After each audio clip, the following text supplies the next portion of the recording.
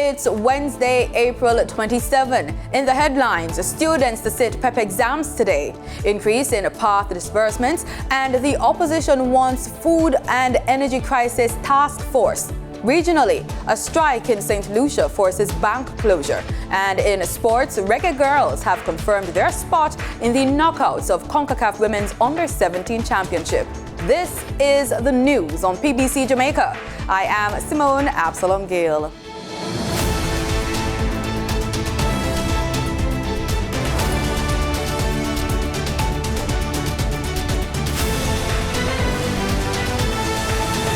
The primary exit profiles grade 6 curriculum-based tests are being administered today, April 27. Students are being tested on language arts and science. They will sit mathematics and social studies on Thursday, April 28. There are concerns about absenteeism due to limited face-to-face learning, but educators are reporting that they have tried their best with the students and even called them to school over the Easter holidays to improve their readiness.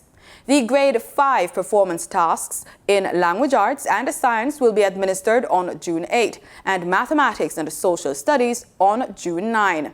Literacy and language arts, numeracy and mathematics for grade 4 will be administered on June 29 and June 30, 2022, respectively. For additional information or queries, persons can contact the ministry's regional offices.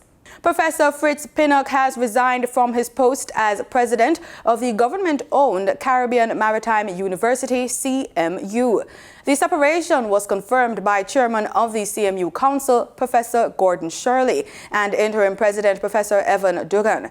Pinnock, former Jamaica College principal and education minister Rural Reid, his wife Sharon, and their daughter Cheryl, and Jamaica Labour Party councillor Kim Lawrence were arrested in simultaneous early morning security operations back in 2019. They are facing multiple fraud and corruption charges as well as breaches of the Proceeds of a Crime Act. 56 students from 8 tertiary institutions are set to benefit from a $4.5 million scholarship to support their education in Spanish language and hospitality. The scholarships are courtesy of the Jamaica Spanish Foundation. The students were chosen from 8 institutions: the University of the West Indies, Mona, Shortwood Teachers College, Sam Sharp Teachers College, Church Teachers College, Bethlehem Moravian College, Montego Bay Community College, Brownstown Community College, and the Hart College of Hospitality Services. Minister of Education and Youth Favour Williams has congratulated the awardees, saying the aid provided by the foundation is important to fulfilling the government's mandate of making Spanish Jamaica's official foreign language. PATH beneficiaries will see an increase in their disbursements come June. While making his contribution to these sectoral debates, Minister of Labour and Social Security Carl Samuda said PATH benefits are reviewed every 2 years to ensure that the purchasing power of the amount paid is maintained. Cabinet recently approved an average increase of 18.26%, amounting to an additional $1.4 billion to PATH beneficiaries for implementation in a matter of weeks, not months.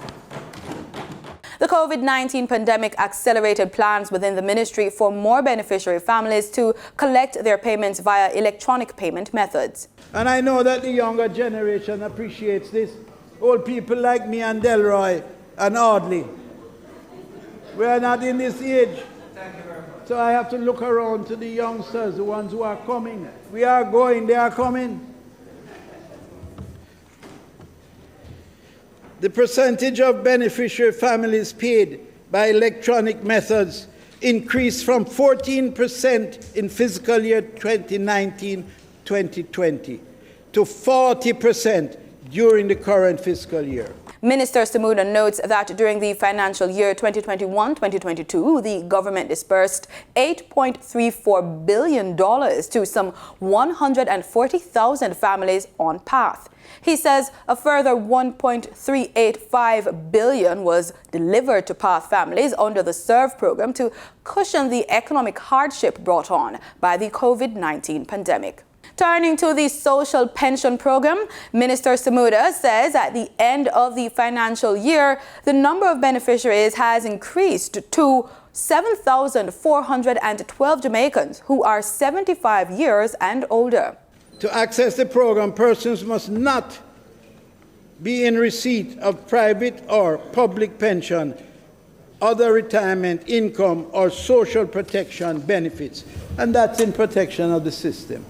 The ministry will be working assiduously to increase the number of beneficiaries on the program to 20,000 during the 22-23 financial year. Opposition spokeswoman on Foreign Affairs and Foreign Trade, Lisa Hanna, wants the government to establish a food and energy crisis task force. The call comes amidst the reported economic fallout around the globe from the Russia-Ukraine war. She made the call while making her contribution to the 2022 sectoral debate in the House of Representatives on Tuesday. This is not going to get any better. It is actually going to get worse.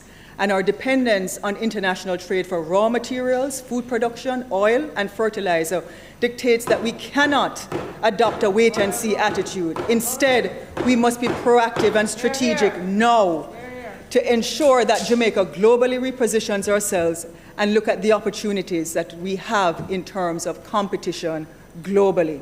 Member Hanna notes the financial sanctions being implemented on Russian banks and other developments associated with Russia's war on Ukraine, arguing that the move could have an impact on the production of exported food. Because unfortunately, when I said it, Madam Speaker, many Jamaicans didn't understand what that alarm was. And what they said was, "An affair war." So make we left that alone and concern ourselves. But the fact was, that war impacts everybody globally, including Jamaica. And beyond the humanitarian catastrophe that we're now seeing, there's a broader, long-term geopolitical and economic implication that this form of conflict affects globally, and that is our global supply chains and our energy and food sectors. Residents of Ginger Hall in Bath St. Thomas are appealing to authorities to clean the main gully that runs through the area. It's bay mosquito night time after locking early, after have zapper to kill mosquito, and we tell this condition. The gully behind me giving a lot of trouble. Water stink. Mosquito that kill me inside the house every day after light a mosquito destroyer. 1, 2, 3 times for the day mosquito destroyer. It is very, very bad in this area. And we're calling on the relevant authority to come and do something about it. It's a similar situation in nearby Shantytown. The gully giving a lot of problem. When it rain, the water can run mosquito. When it not rain, it's pure mosquito. Because the water sickle up. When it rain, the water don't run out. It back up in the yard, can't get to run out because it want to clean. And we have a lot of problem around here because it's full up right up. And we have to buy a lot of mosquito spray and destroy and burn in the house them. You understand? And then it then get bumps because the mosquito give bumps. After it bite you, it give bumps. Still in St. Thomas, motorists are being urged to be cautious and responsible while using the new South Coast Highway. This after a near-fatal accident along the highway recently. The accident involved a truck and a motor vehicle. One person was trapped into the motor car. We had to use the almatros set to cut the metal from around her. Presently, she has been transported to Kingston Public Hospital. District officer with the Yallas Fire Department, Delroy Williams, voiced these words of concern. I'm just imploring to motorists. We know we welcome the new road, but we need to take care. Minister of Agriculture and Fisheries, Pernell Charles Jr., wants the nation's youth to be excited about agriculture. Addressing the inaugural Hybrid Agribusiness Investment Forum hosted by the Agro Investment Corporation recently, Minister Charles encouraged young people to see farmers as innovators and creators and to utilize the appropriate technology. Outlining some of the projects that the ministry is using to expand the sector, the minister notes a major investment in the Holland Agro-Economic Zone. He says the ministry has secured investment of $120 million for the Holland Agro-Economic Zone, where a factory is being constructed right now to expand agro-processing. unlocking the potential. And we must connect the dots. So the cultivation must be connected in a sustainable way, introducing climate-smart technology so that we understand our vulnerability to the climatic conditions, and we're connecting that to the irrigation, to the agro-processing, to the markets, and having that cycle. All of that must be on the basis of teaching our youngsters how to do what they can already see as their future, farming. He says the expansion of the agricultural sector includes facilitating investments on a large scale, identifying and strengthening Jamaica's comparative advantages, utilizing idle lands, and formulating partnerships. The minister says there are 8 agro-parks, 9 agricultural production zones, and 5,308 acres under the management of the AIC, with more than 500 farmers. We want to dive into the reality of the several hundreds of acres that our rural women network wants us to tap into, so that we can say to Jamaica that there's no longer idle land. But if you see land that is not cultivated, it's because we choose for it to not be cultivated. We must put the assets that we have been given to good use. He says Jamaica is looking to tap into markets in the United States, United Kingdom, Canada, and elsewhere. Recalling the February launch of the Agri-Production Zone in New Pen, St. Mary, where farmers are being identified to help increase Jamaica's Irish potato production, he notes that last year there was a 40% increase in production locally, and IAC accounted for 25% of that. In the business report, poultry farmers can breathe easy with the government's latest decision on the importation of chicken meat. We have more in this report, plus the latest market updates from reporter Danita Rodney.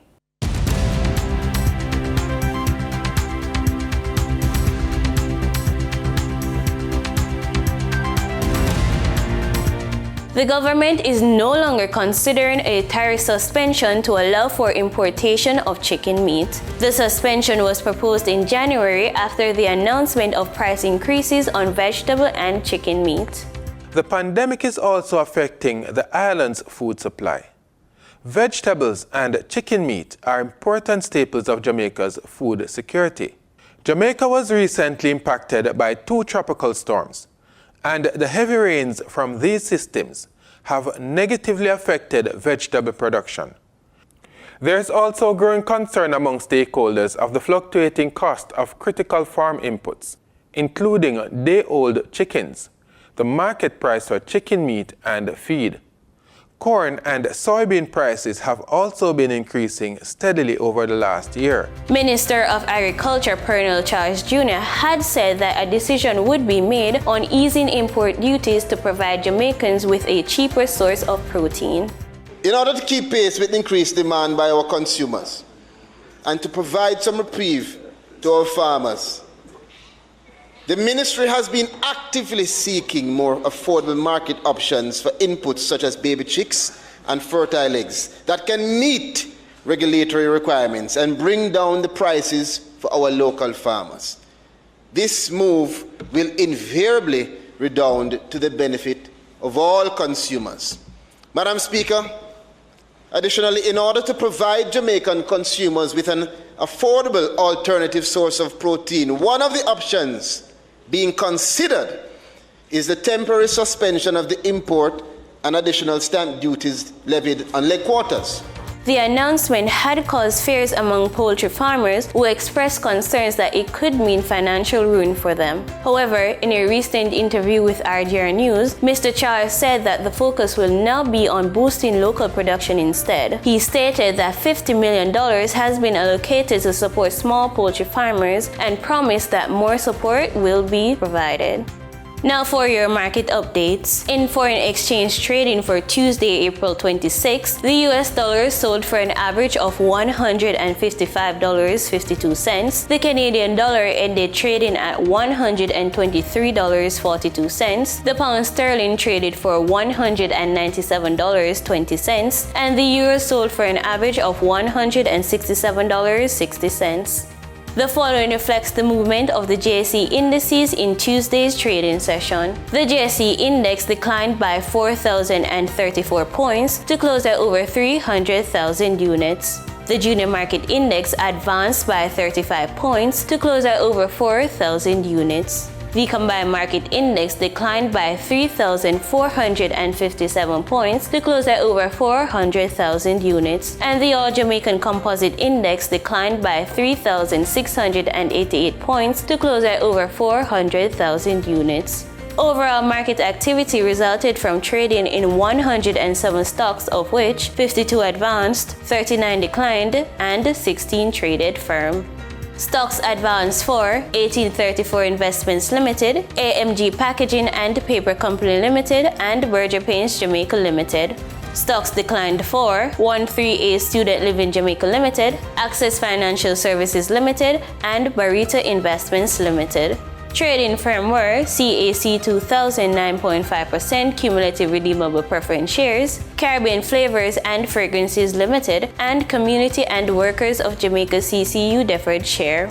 The following companies represents the overall volume leaders: 1834 Investments Limited with over 3 million units, Tropical Battery Company Limited with over 2 million units, and Pulse Investments Limited with over 1 million units.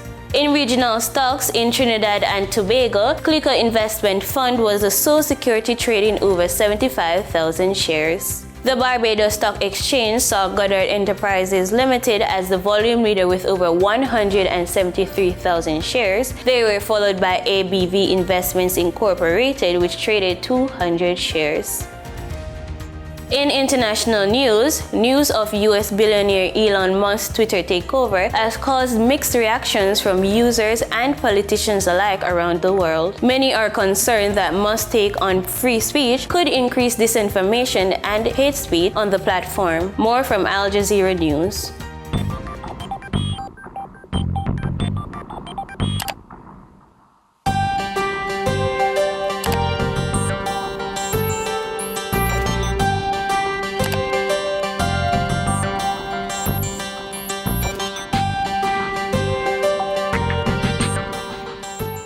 Elon Musk is not buying Twitter for financial reasons, although he thinks he can make some money on it. He's buying it for ideological reasons. And I think that's the really important part in all of this. And that's ultimately what's scary.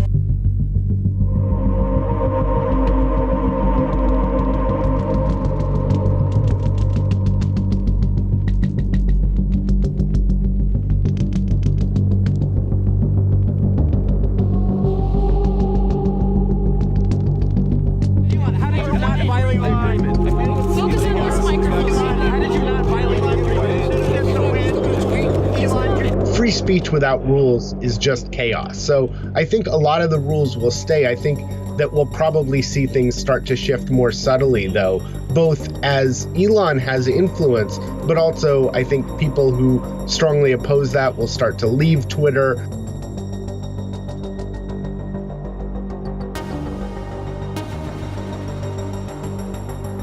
It's also the question that's going to be hardest to answer. I think that if he undoes a lot of the work that has been done trying to protect against sort of normatively bad speech, such as misinformation and especially hate speech, that's going to be a bad day for Twitter users.